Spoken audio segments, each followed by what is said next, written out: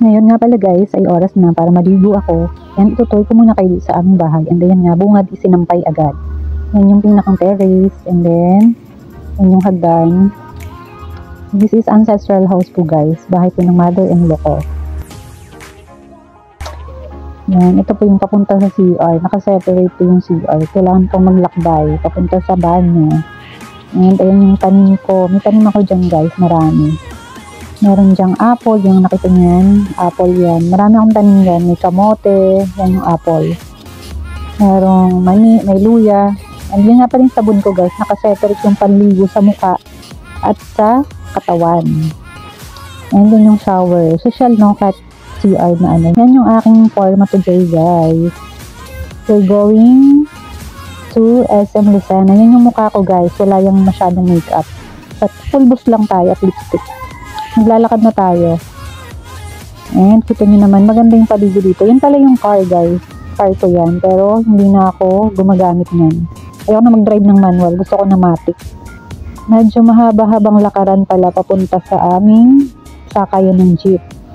And medyo hiningal si Lola kaya nagtigil saglit. Ayun, nasa jeep tayo ngayon. And nakapwesto tayo sa kaunahan. Naghihintay tayo na may mag-abot ng bayad. At hindi nga tayo nabigo. Meron po diyang mag-aabot ng bayad. Yan ang benefit pag nakaupo ka sa harapan. Kaya po. Kita nyo na, diba? Pag ganitong nasa jeep tayo guys, minsan nag-i-emote-emote ako nyan eh. Tapos hindi ko namamalayan yung katabi ko, kinakain na pala yung buhok ko guys. Tamad akong magtali ng hair. And nandito na tayo sa SM, lakad na naman. Kaya ayun na ayokong lumalabas, ayoko nang napapagod. And yan pong nasa harapan, hindi ko po yan asawa, hindi ko po yan kilala. Bahala na kayo dyan. Ipapacheck yung bag kasi required. Ang liit ng bag ko pero kailangan pa rin i-check guys. Pansin ko lang sa SM, mahangin. Parang binabagyo lagi. Ayan no. Kaya para kang bruha pagpasok mo sa loob.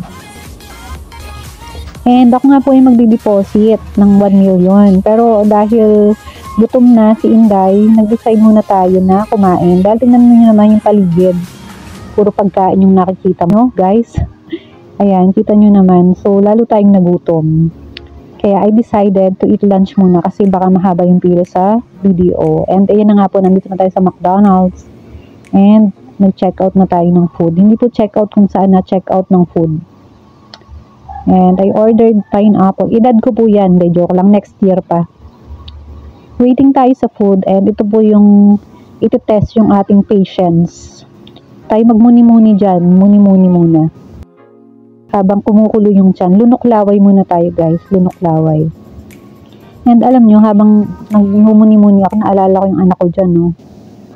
And then, nandiyan na yung food. Surprise. Nag-pray pala muna ako guys, bago ako kumain. Yan, favorite yung bago nilang juice. Hindi ko alam kung bago, pero apple yun. Pero bet na bet ko talaga yung price sa McDonald's. Nakalimutan ko yung kutsara. Natawa pa. Nagsasalita mag-isa. Bet na bet ko yung price guys. Tsaka yung apple juice. Siya nga pala guys, pinagtiisan ko dyan yung isang pirasong tissue. Bakit ayaw nila magbigay ng maraming tissue?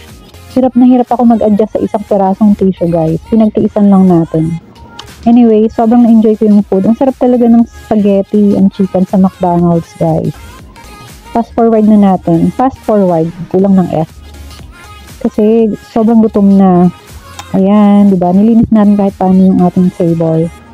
Para umalis tayo ng maayos. Ayan, yung isang tissue. Punta na tayong BDO and ayan, yung BDO. Mag-deposit lang po tayo dyan ng 2 million. At naging 2 million na. Ayan. Tingin tayo guys ng Star Apple. Star Apple kayo. Hanap tayo ng Star Apple kung meron.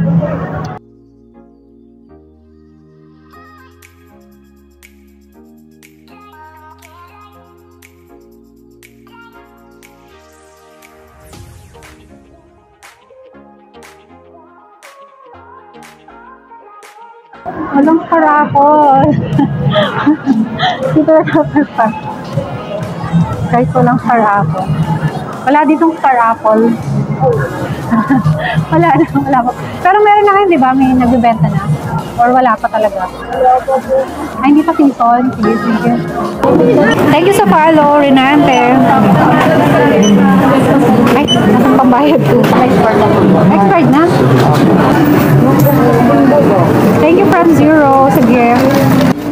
Tapon tayo guys. Tuloy-tuloy nga ang aking pagla-live hanggang sa tayo nauhaw. Sobrang uhaw si Ateng. Kaya ayan, uminom muna siya ng water. Grabe no, pag matanda na, masakit na yung tuhod, mauhawin na, lahat na lang. And tinamad pa ako umuwi kaya tumambay pa tayo ng matagal. Ronald, thank you sa follow. Masakit ng paa ko. And ayan na nga guys, sakto uwi natin, uulan na.